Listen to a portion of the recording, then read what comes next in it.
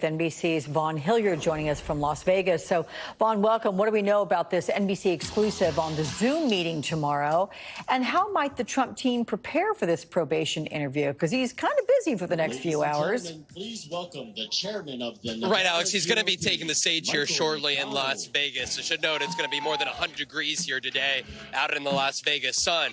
But tomorrow, upon his return to Mar-a-Lago in Florida tonight, NBC News has learned that he will be sitting down over a virtual Zoom session alongside his attorney, Todd Blanche, with a probation officer in New York for a sit-down interview. This is where the probation officer, ahead of his sentencing on July 11th, is able to ask Donald Trump questions about his financial background, his mental state, his affiliation with other convicted criminals, and the extent to which he has any remorse about the actions that led to his conviction on the 34 felony charges. And so for Donald Trump, of course, this is a big meeting. The probation officer will then ultimately prepare a report that he or she will provide to Judge Merchan that will help the judge ultimately make the determination of what sentence he hands down to Donald Trump on July 11th. I should note, for Donald Trump being on the campaign trail, this is his first public campaign swing since that conviction in New York. And for him,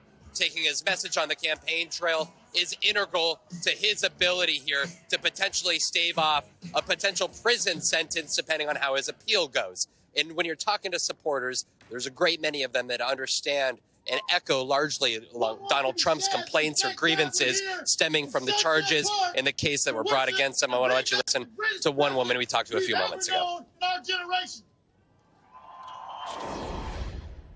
If Donald Trump does get back into the White House, would you want him to seek retribution against those who have brought these charges against him? I mean, think about Jesus Christ himself. Everybody went against him because he was preaching love and doing what was right for the people. And Trump's doing what's right for this nation. And because he's doing that, everybody is against him. Marjorie Taylor Greene, the congresswoman from Georgia, was just on stage and mimicked what that gentleman just said, suggesting that Jesus Christ was a convicted felon and that they and the supporters of Donald Trump must do what they can over these next 5 months to ensure that he has a victory in a battleground state like here in Nevada. Of course, this is politically fraught here, but Donald Trump is doing what he can, understanding that the justice system is working, and ultimately the sentencing will happen regardless of what he or his supporters believe should be taking place and transpiring out of this trial in New York. Alex.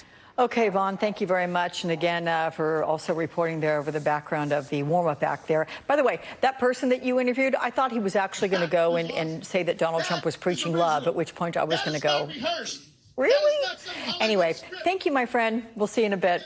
Coming up, I'm going to speak with State Attorney for Palm Beach County, Florida, Dave Ehrenberg, about former President Trump's probation interview Monday, including all of the information that the officer will be asking of him and how rare it is for it to all be over Zoom. But let's go now to that breaking news.